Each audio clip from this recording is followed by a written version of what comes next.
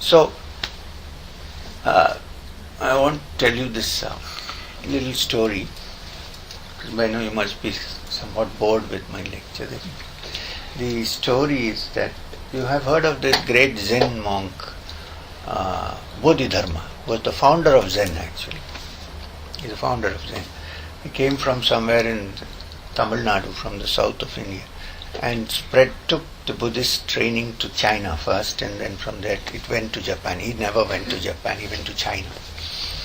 Now, the particular brand of Buddhism which Bodhidharma was teaching has a lot to do with meditation, which in Sanskrit is called dhyana. Dhyan. So he took this particular variety to China, where in the Chinese language dhyan became chan. Chan. Because they can't say dhyan, so it became chan. Now from chan, even today meditation is chan. Then from there it went to Japan and it became the gutter Zen. Understand? So it is this variety. But the thing is, people are more interested in imported things, you see. So if you say, I am doing my meditation, okay, but I am doing Zen. So, but it has gone from, with Bodhidharma, from the ancient land of ours. But this thing about loving foreign things is there in most of us. And if the white man says something is good, it has to be good. If I say nobody, Sri Ramakrishna Paramahamsa used to have this, somebody used to come to see him and he used to tell him, read the Bhagavad Gita, it's a very good book. Ramakrishna Paramahamsa, Swami Vivekananda's Guru. He read the Bhagavad Gita, he never read it. He would say, then one day the same gentleman comes and says, the Bhagavad Gita is a beautiful book, one should read it. So Ramakrishna tells somebody, some Englishman must have told him that the Gita is a good book.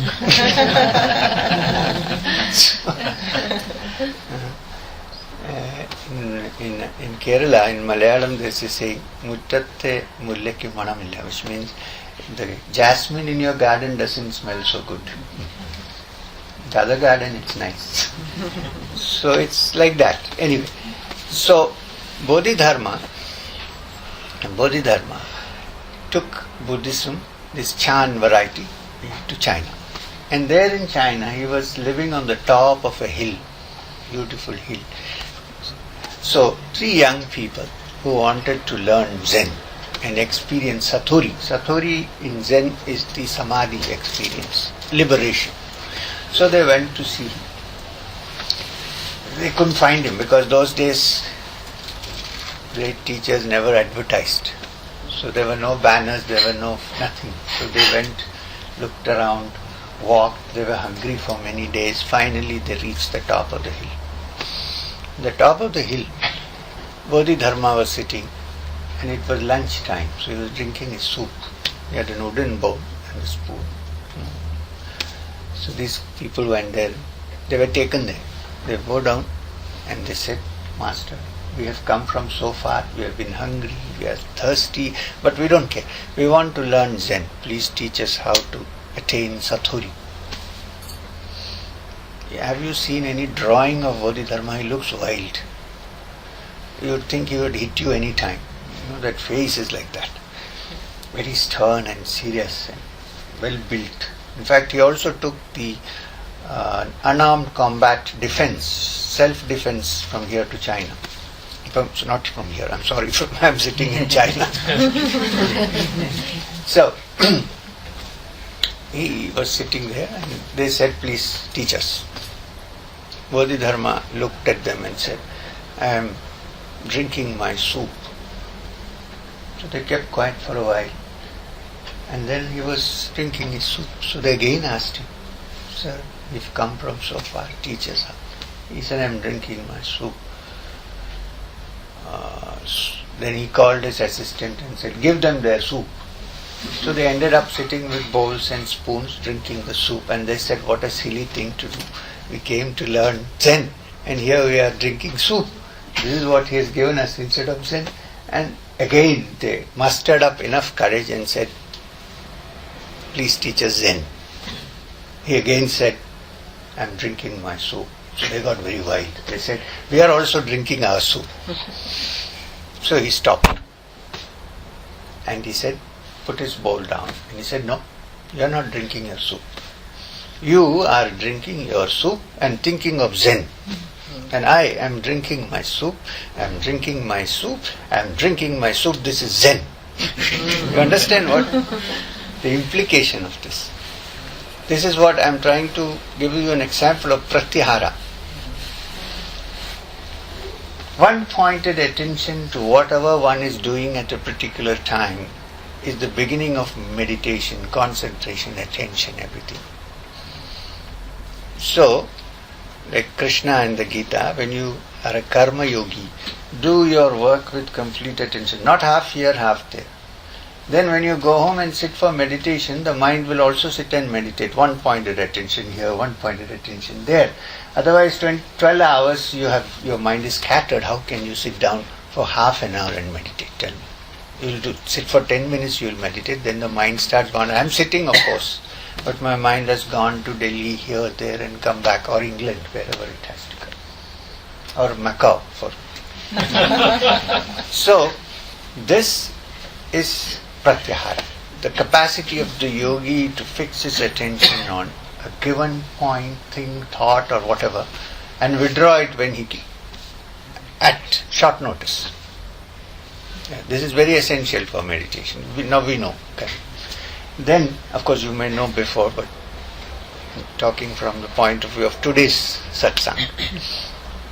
Then after pratyahara comes dharana, dhyana and samadhi. The three last Ashtanga yogas, 3 parts. Dharana again follows from pratyahara. The capacity to fix your attention, or developing the skill to fix your attention, because yoga is also called the skillful practice. The Tibetan Buddhists always say skillful thinking, skillful practice, skillful visualization. So like that, the skill, to develop the skill to fix your attention either on one thought, or on one symbol, or on one form, or on one sound exclusively, or sound, form, symbol, thought, but exclusively on that one thing. If you develop that skill, then that is called dharana.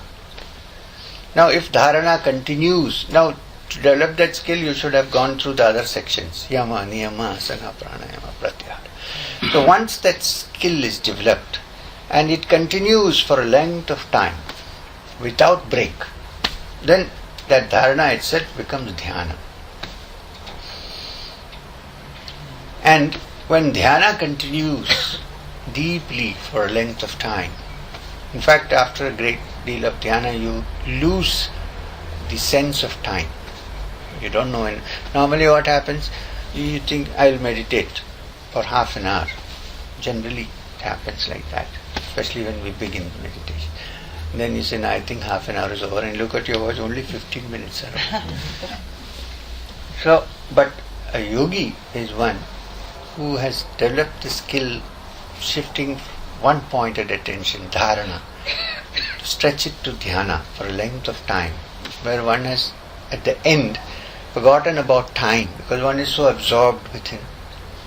Which is why in monastery they have gongs. In case the monks forget lunch, boom. So we don't need that gong. When the lunch time comes, we are already looking at the watch. So when this happens for a length of time, it is dhyana. Now in dhyana, when it becomes so deep that the meditator, which means I or you, have forgotten that I exist, the feeling of my existence has gone. That which I was meditating upon, and meditation and me have all become one, merged. Here there is no, I'm so absorbed that me, I don't exist, only that exists. This is called samadhi. I mean, this is a very simplified definition for samadhi, because there are so many stages in this absorption. Like somebody worships, let's say, he may not be a yogi, He may be a yogi because yoga, bhakti is also considered a yoga in the Bhagavad Gita. Bhakti yoga. Suppose a bhakta like Mirabai is so absorbed in Krishna, she has forgotten her own existence. There is only Krishna. This is called samadhi.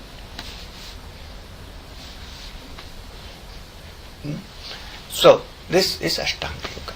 Now, Patanjali defines Ashtanga Yoga as Yogas Chitta Vritti Nirodha. This is what you asked me.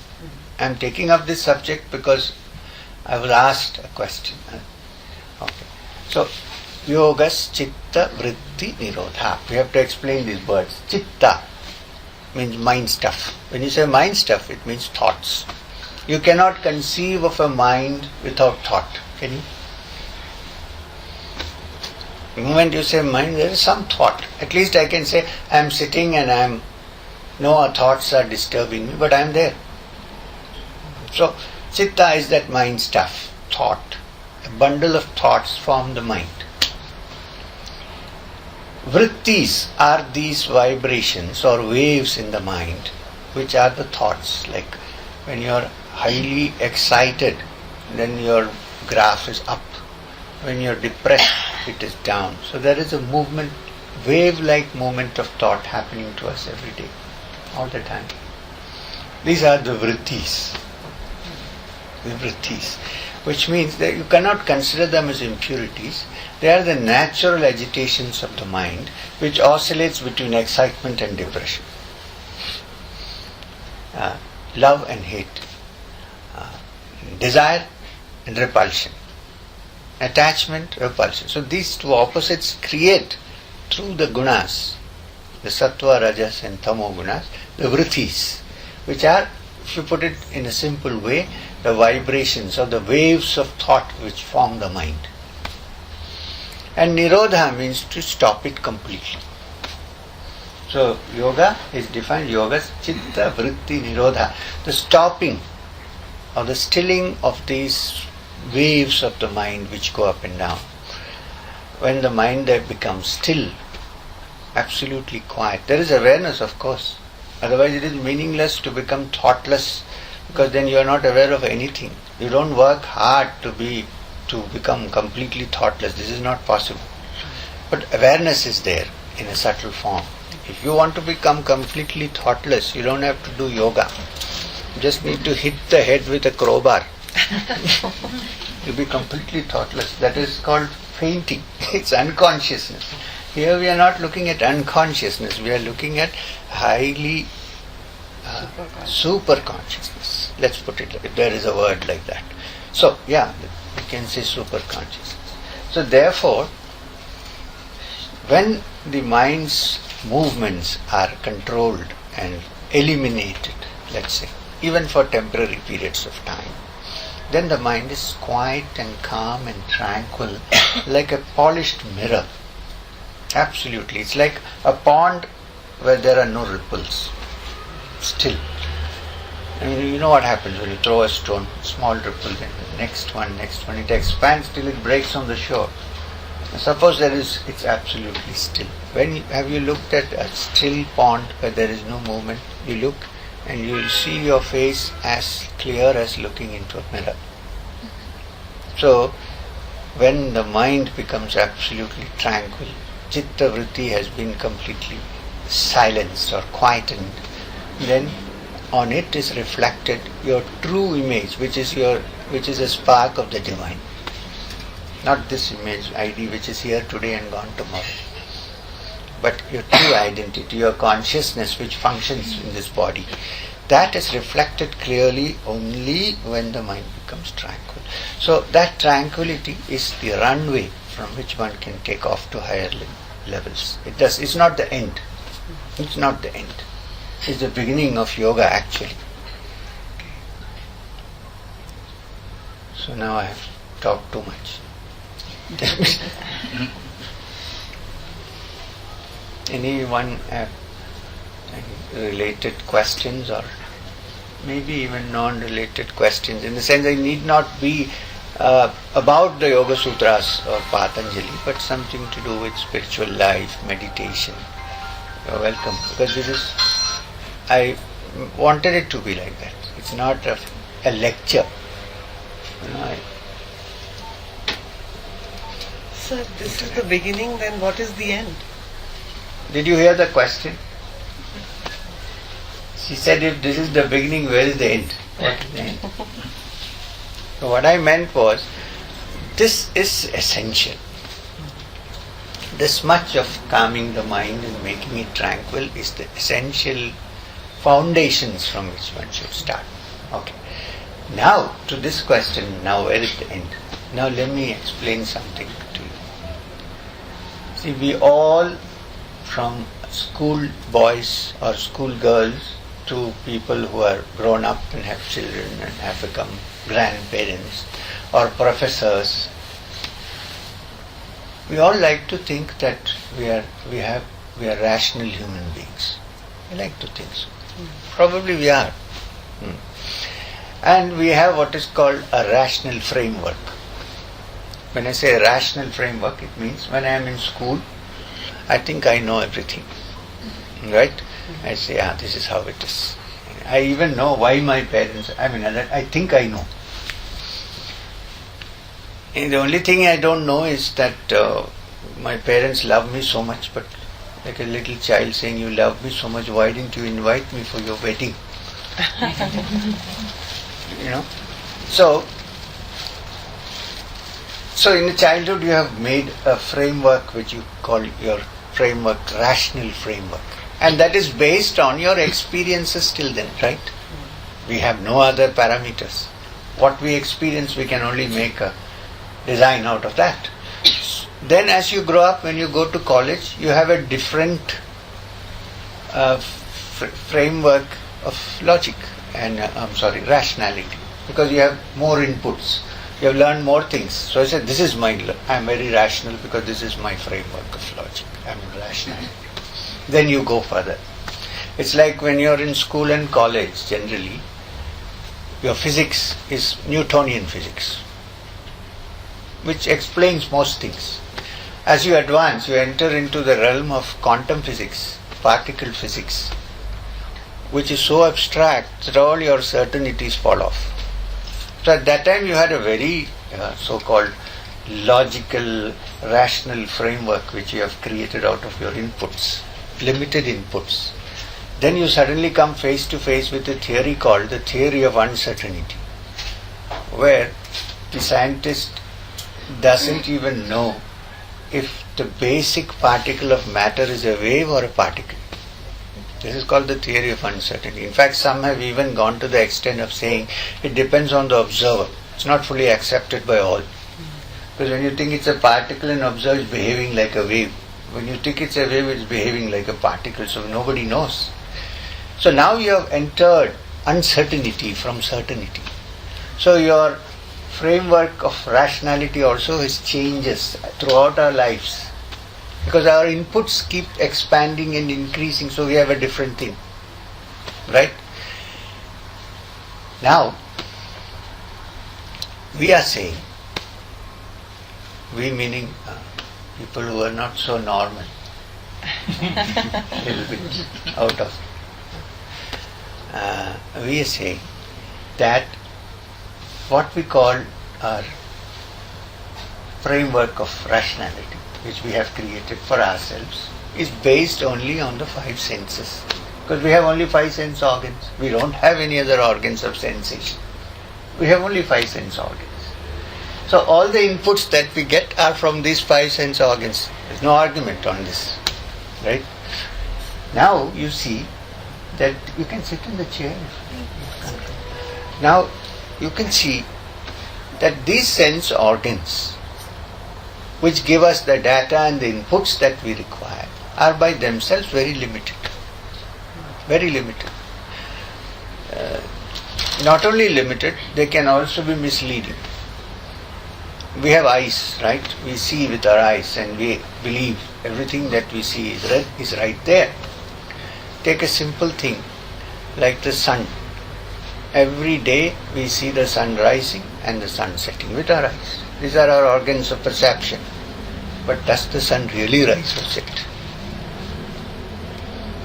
Even schoolboy will tell you, no, the world, earth is moving around. Sun is neither rising, but that's what we see. These are our sense organs, indriyas.